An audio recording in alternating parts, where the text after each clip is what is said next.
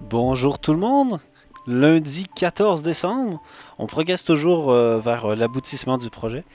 Et pour ce lundi, j'ai failli commencer la semaine, comment je dirais, en, en perdant patience. Voilà, le plus simple, ça serait de dire que j'ai perdu patience. Et pourquoi? Parce que, je vous l'ai dit, hein, OAuth, je ne connais pas bien, je l'ai jamais mis en place, donc il faut que je trouve un outil pour. Mais après, une fois qu'on l'a, est-ce qu'il est bien documenté? Est-ce que tout ce qu'il faut avec? On va voir ça. Donc, première chose que j'ai faite, je me suis dit, il doit bien exister une librairie pour OAuth 2. J'ai trouvé ça. KNP University, OAuth 2, OAuth 2 Client Bundle. OAuth 2. J'ai du mal, hein. Pas grave. À le prononcer. Et je fouille, je regarde, ok, bon c'est compatible Symfony, pas de problème, enfin Symfony 5 même, donc à partir de Symfony 4.4, ok. Ensuite pour l'installer c'est comme ça, ensuite, il faut un client particulier. Très bien, bon on va regarder, peut-être qu'en cliquant sur un lien, j'aurai la documentation pour Ah, Twitter est pas là. Je fouille un peu, je finis par comprendre, par apprendre que en fait le protocole OAuth 2 par Twitter n'est pas mis en place, ou en tout cas pas complètement. Malgré la nouvelle version de l'API qui est en train d'être développée et qu'il paraît qu'on pourrait l'utiliser, non, on peut pas l'utiliser pour envoyer des tweets. Bref. Eh bien, en fait, ils utilisent surtout du OAuth 1. Bon, pas de souci, donc ça veut dire que je dois me passer absolument de ce bundle. Pas grave, j'ai cherché autre chose. Sur Packagist, j'ai trouvé ça, qui se vante d'être la librairie PHP la plus populaire. Attention, c'est bien une librairie PHP. C'est utilisable dans n'importe quel projet PHP. Ça, c'est intéressant. Ça veut dire que ça ne dépend pas d'un framework en particulier et que c'est accessible à tous. Ça respecte le PSR4, je vous le confirme, on le verra tout à l'heure. Et puis, en plus, ça demande assez peu de dépendance. C'est mis à jour régulièrement. La dernière mise à jour date de décembre dernier. Enfin, de décembre... Non, du 2 décembre dernier. Donc c'est très récent. Parfait. Et je l'installe.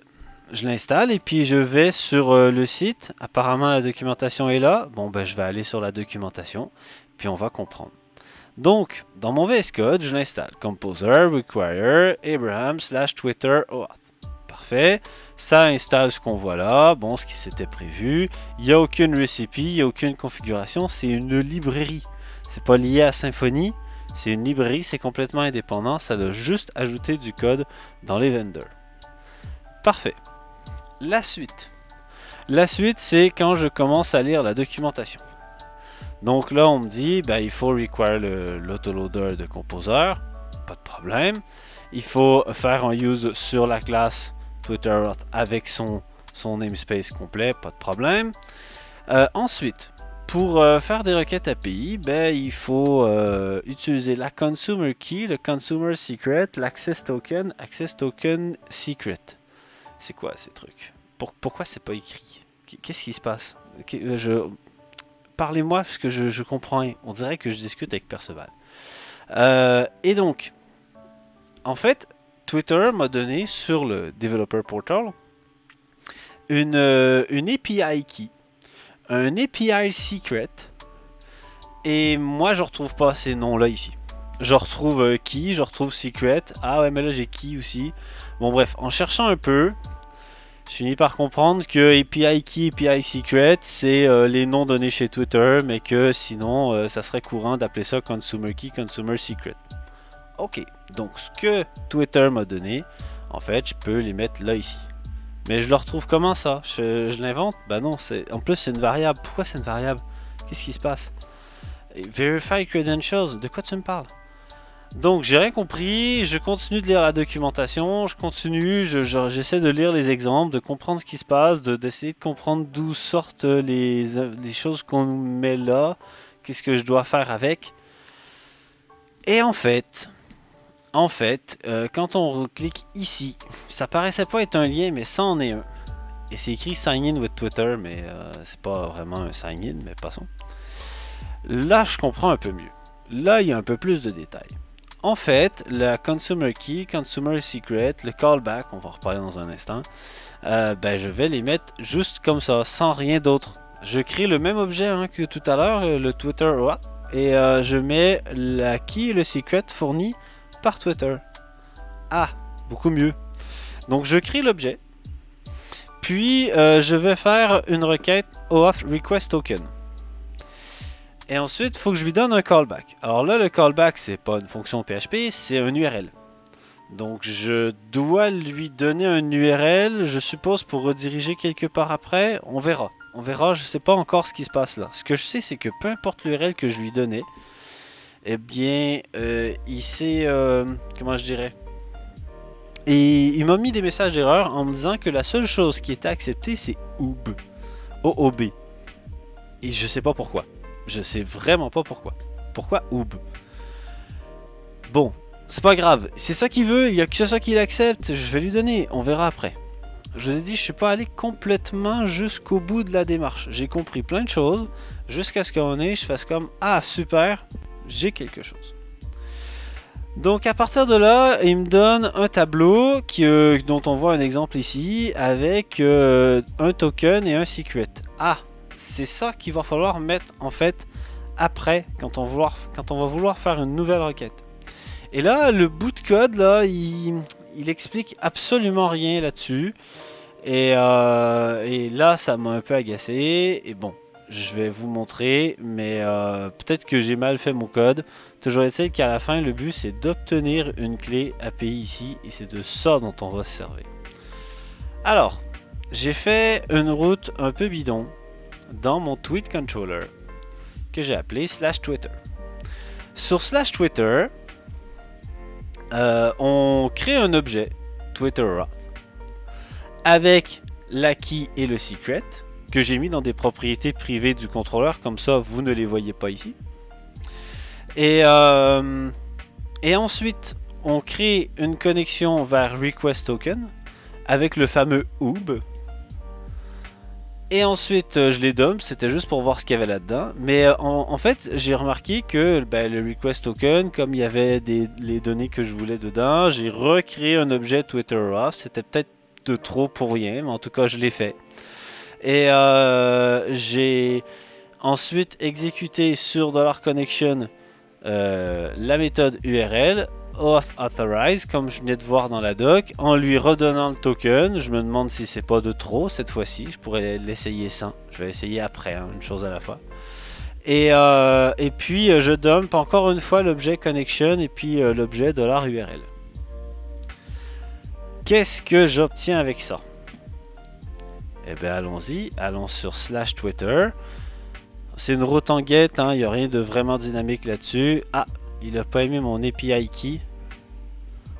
J'ai dû faire une légère erreur dans le nom de ma clé, dans le nom de ma propriété. Ah bah oui, je l'ai appelé AppKey. Je voulais pas que vous le voyiez la clé, donc que vous la voyez. Donc j'ai modifié ça dans un autre écran. Je reviens sur mon navigateur, je recharge. Qu'est-ce que ça donne? Ah! J'ai donc mes deux objets connection qui sont censés être différents. D'ailleurs, celui-là, c'est le numéro 591 et celui-là, c'est le numéro 22. C'est un peu bizarre, le deuxième, il a été créé après, mais peu importe pour le numéro. Ensuite, ça, c'est les fameux tokens temporaires qui ont été donnés. En fait, avec ça, on peut refaire une requête derrière. Le but, ça serait de réussir à obtenir une autorisation de pouvoir agir au nom d'un certain utilisateur. Et c'est ce que va fournir l'URL qui est là.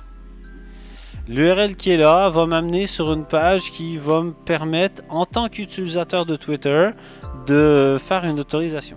En fait, l'URL qu'on voit ici, c'est ce que je pourrais mettre sur un redirect. Je ferai une redirection de l'utilisateur pour l'amener là. Et pour qu'il se retrouve sur la page Twitter qui lui dit ouais, il y a l'application Fakist qui veut utiliser certaines choses, est-ce que tu es d'accord? Et donc, pour être sûr que ça marche, je vais sur Twitter, je m'assure d'être connecté avec le compte de Fakist, celui que j'ai l'intention d'utiliser ici. Donc, c'est pas le compte .plus habituel, c'est le compte du projet Fakist. Je vais sur l'URL qu'on vient de me donner. You're about to authorize your first app suite. Alors ça, je pense que c'est un message pour l'utilisateur. Donc, ben voilà, this application will be able to see tweets from your timeline, see your Twitter profile, see, follow, update, post and delete tweets for you. Ah, c'est ça que je voulais. Voilà. Donc là, moi, en tant que compte .plus_Fakist, je vais autoriser l'application Fakist à envoyer des choses. Ah! Next, return to the Fakist and enter the PIN to complete the authorization process. Hein? Non, je vous ai dit que j'ai failli perdre patience, mais je sais que je suis pas au bout de mes peines. Alors, quand on reprend ça ici, ben en fait, la documentation, elle s'arrête à peu près là, on dirait. Ah non, next step, authorize. Qu'est-ce qui se passe? Oui, mais non, c'est pas ça que je veux. Je veux pas que tu autorises un truc. Je veux que tu... Ah oui, je viens de comprendre. Non, non, c'est pas ça. Moi, je veux que... Qui me permette d'utiliser une clé, quelque chose. Comment je fais après? Ah, c'est mignon, hein? Ah! Bah ouais, ça m'énerve un peu. Mais en fait, il y a quelque chose avec ce token. Il y a quelque chose à faire. Donc, j'ai pu vous présenter en tout cas la mise en place de OAuth pour aujourd'hui. Ça fait déjà pas mal de temps qu'on tourne autour du pot pour ça, pour quelques lignes de code. Bah ouais, des fois le dev c'est comme ça, on passe plus de temps dans la documentation et on passe plus de temps à comprendre un nouveau concept plutôt que à faire du code. Donc je vais mettre ça au clair, je vais revoir cette histoire d'autorisation et en fait ben là il donne un pin, mais en fait moi j'aurais bien aimé qu'il justement renvoie l'utilisateur sur une route de mon projet, le Kalos 2.8000 si possible, quelque chose dans le genre, mais que j'ai pas à rentrer un code comme ça, je sais pas pourquoi c'est là. Bref. Merci de m'avoir écouté encore aujourd'hui. Demain, on voit la suite. On va réussir à trouver une solution pour OAuth et on va avancer. Je vous souhaite une bonne journée et je vous dis à demain.